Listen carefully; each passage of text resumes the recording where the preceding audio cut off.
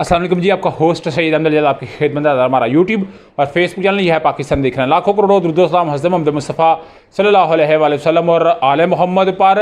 आज definitely supreme court के अंदर एक बड़ी अहम समाअत थी और इस अहम समाअत के अंदर 9 रुकनी बेंच था और चीफ जस्टिस उमर ता बंदियाल साहब ने इस बेंच को तश्कील दिया था। और इसमें सबसे बड़ी बात जो थी जस्टिस काजी फ़ाइज़ ईसा साहब की इसमें मौजूदगी थी। और ये आप जानते हैं कि मिलिट्री कोर्ट्स के हवाले से समाअत थी और पाकिस्तान तहरीक इंसाफ, इत्तेहाद हसन, जवाद खाजा साहब यानी कि साबका चीफ जस्टिस तमाम ने एक जो है वो दरख्वास्त थी उसको कंपाइल करके आज एक बेंच बना दिया गया। उस लार्जर बेंच को बनाया गया और इसमें ना थोड़ी सी शक व शुबात कल से शुरू हो चुके हुए थे कि जब इसका अनाउंस हुआ, मैंने सुबह के व्लॉग में भी आपको बताया कि इसमें कोई बड़ा हर्डल क्रिएट हो सकती है, या बेंच टूट सकता है या बेंच का कोई रुकन छोड़ के जा सकता है। तो कुछ ऐसा ही हुआ। आज जस्टिस काजी फ़ाइज़ साहब ने और जस्टिस सरदार तारक मसूद साहब दोनों सीनियर मोस्ट जज हैं, यानी कि चीफ जस्टिस उमर ता बंदियाल साहब के बाद आएंगे जस्टिस काजी फ़ाइज़ साहब, जिनका बाकायदा तौर के ऊपर कल एक नोटिफिकेशन भी जारी हो गया। उसके बाद आएंगे सरदार तारक मसूद साहब, उसके बाद जाजुल हसन साहब, यानी कि ये सारा एक सीक्वेंस था और 6 के करीब जो है वो चीफ जस्टिस साहब इसमें मौजूद थे। और आज जो समाअत हुई है उस समाअत का हवाल है और जस्टिस काजी फ़ाइज़ साहब ने इससे अलहदगी इख्तियार की, क्यों की और आइंदा की क्या लाहेअमल होगा वो मैंने आपके साथ डिस्कस करना। फौजी अदालतों में सिविलियंस के ट्रायल के खिलाफ दरखास्तों पर समाअत हुई। अटारनी जनरल साहब आप रोस्टम पर आएँ, कुछ कहना चाहता हूँ। जस्टिस काजी फ़ाइज़ ईसा साहब, अदालतों की समाअत का दायरा इख्तियार आयन की शिक 175 देता है। जस्टिस काजी फ़ाइज़ साहब सिर्फ और सिर्फ आयन अदालतों को दायरा समाअत का इख्तियार देता है। जस्टिस काजी फ़ाइज़ साहब, हर जज ने हलफ उठाया कि वो आयन और कानून के तहत समाअत करूँगा, ये बकायदा तौर पर बात की गई है जस्टिस काजी फ़ाइज़ ईसा साहब की जानिब से। हर जज ने हलफ उठाया कि वो आयन और कानून के तहत समाअत करेगा। मैं यहाँ खुशी का इजहार करना चाहता हूँ, जिसके ऊपर सरदार जो लतीफ़ खोसा साहब है उन्होंने बात की, आप सियासी बयान बाहर जाकर दें। अभी हुआ क्या, ये वर्ड क्या है कि जब चीफ जस्टिस उमर ता बंदियाल साहब ने लतीफ़ खोसा साहब और इत्तेहाद हसन साहब को देखा तो उन्होंने कहा जी आप आए हैं, हमें आपको देख के बड़ी खुशी हुई है। और यही जुमला किसी वक्त में इमरान खान साहब के लिए भी कहा गया था और इसका आप जानते हैं कि बड़ा जो है वो वावेला डाला गया और बड़ी इसके ऊपर जो है वो प्रेस कॉन्फ्रेंस भी हुई। तो जैसे ये बात लतीफ़ खोसा साहब ने कही कि मैं अपना कुछ खुशी का इजहार करना चाहता हूँ, तो जस्टिस काजी फ़ाइज़ ईसा साहब ने टोकते हुए उनको कहा जी आप ये बयान सियासी बयान है, बाहर जाकर दें। मज़ीद इसमें जो बात की गई जस्टिस काजी फ़ाइज़ ने कहते हैं कि मैं वाज़ेह करना चाहता हूँ कि कल मुझे ताज्जुब हुआ, ये लफ्ज़ है ताज्जुब हुआ कि रात को काज लिस्ट में नाम आया, मुझे इस वक्त काज लिस्ट भेजी गई। जस्टिस काजी फ़ाइज़ साहब, प्रैक्टिस एंड प्रोसीजर बिल के कानून को बनने से पहले 8 रुकनी बेंच ने रोक दिया था। जस्टिस काजी फ़ाइज़ अभी ये मुझे बना रहे हैं एक्ट एंड प्रोसीजर बिल को।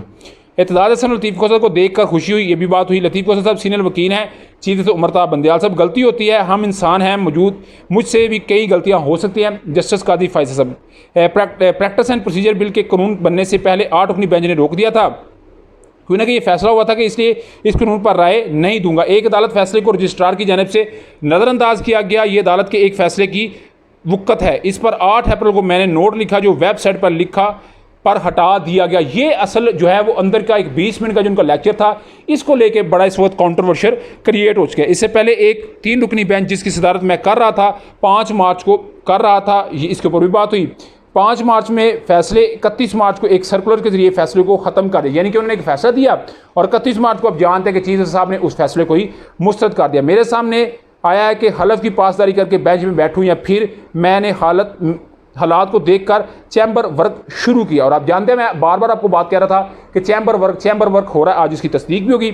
मुझसे चैम्बर वर्क के बारे में पूछा गया तो 5 सफ़ात का नोट लिख कर भेजा और जिसकी वजह से 6 मंगोइयाँ शुरू हो जाती हैं। मेरे दोस्त यकीनन मुझसे काबिल हैं, लेकिन मैं अपने ईमान पर फैसला करूँगा। इस 6 मेंबर बेंच में अगर नज़रसानी थी तो मरकज़ी केस का कोई जज शामिल क्यों नहीं था। जस्टिस काजी फ़ाइज़ ईसा साहब, यानी कि अगर मैं बात करूँ तो उन्होंने माजरत करते हुए ये जो एक समाअत है इससे अपने आप को दस्तबरदार कर लिया। और डेफिनेटली अगर उन्होंने दस्तबरदार किया है तो सिचुएशन, क्योंकि इस वक्त जैसे मैं व्लॉग आपके साथ ये कर रहा हूँ तो इस वक्त समाअत जारी है, इसके अंदर लतीफ़ खोसा साहब अपने बयान दे रहे हैं, जस्टिस मंसूर अली शाह ने क्वेश्चन किए हैं और उसके अलावा जो जस्टिस मुनीब अख्तर साहब क्वेश्चन कर रहे हैं, जाजुल हसन साहब क्वेश्चन कर रहे हैं, जस्टिस आयशा मलिक इसमें शामिल है या अफरीदी इसमें शामिल है, चीफ जस्टिस साहब खुद इसमें शामिल है। तो काफ़ी इसमें कुछ है वो बड़ा हो सकता है। जस्टिस काजी फ़ाइज़ साहब को इत्तेहाद हसन साहब ने भी रोका मगर उनको जाने से कोई भी ना रोक सका। तो ये एक मेरा है बड़ा जो एक अहम व्लॉग था जो मैं आपके साथ डिस्कस किया। उधर जी बड़ी खबर आपको दूं तो शहबाज शरीफ साहब की और एमडी की मुलाकात हो चुकी है, जो कि IMF की है। मेरी यहाँ पे दुआ है, आपकी दुआ होनी चाहिए कि पाकिस्तानियों के लिए एक बड़ी खुशी आए। और वज़ीर-ए-आज़म पाकिस्तान ने बाकायदा तौर के ऊपर यकीन दहानी कही है कि जितने भी IMF के मुआहदे होंगे, जितनी भी IMF की बातें होंगी, हम उनको पूरा करेंगे, सिर्फ और सिर्फ हम हमें पैसा दे। अभी तो ये मेरा हाल है दूसरी या तीसरी दफ़ा फिजिकली मुलाकात है, मगर इससे पहले फ़ोन के ऊपर भी डिस्कशन हो चुकी हुई है। आप क्या समझते हैं, मुझे इस पर लाजमी कमेंट्स में शेयर कीजिए। मगर एक अहम डेवलपमेंट दुआ करें आज हो जाए और एक सक्सेसफुल जो है वो विजिट हो। इसके बाद वो लंदन जा रहे हैं, अपने भाई से मुलाकात करेंगे, क्योंकि मुस्लिम नवाज़ी चाहती है कि हम IMF से पैसा लाने के बाद आवाम के पास जाएं और आवाम से वोट की तवक्को रखें, अदरवाइज़ ये इलेक्शन को डिले करते रहेंगे। आप क्या समझते हैं, मुझे लाजमी करने से शेयर कीजिए। लाइक की वीडियो पसंद है तो फिर चैनल को लाइक सब्सक्राइब अपने दोस्तों शेयर कर दीजिए। नेक्स्ट वीडियो तक के लिए होस्ट को इजाज़त दीजिए। अल्लाह ताला का हामी नसर। अस्सलाम वालेकुम।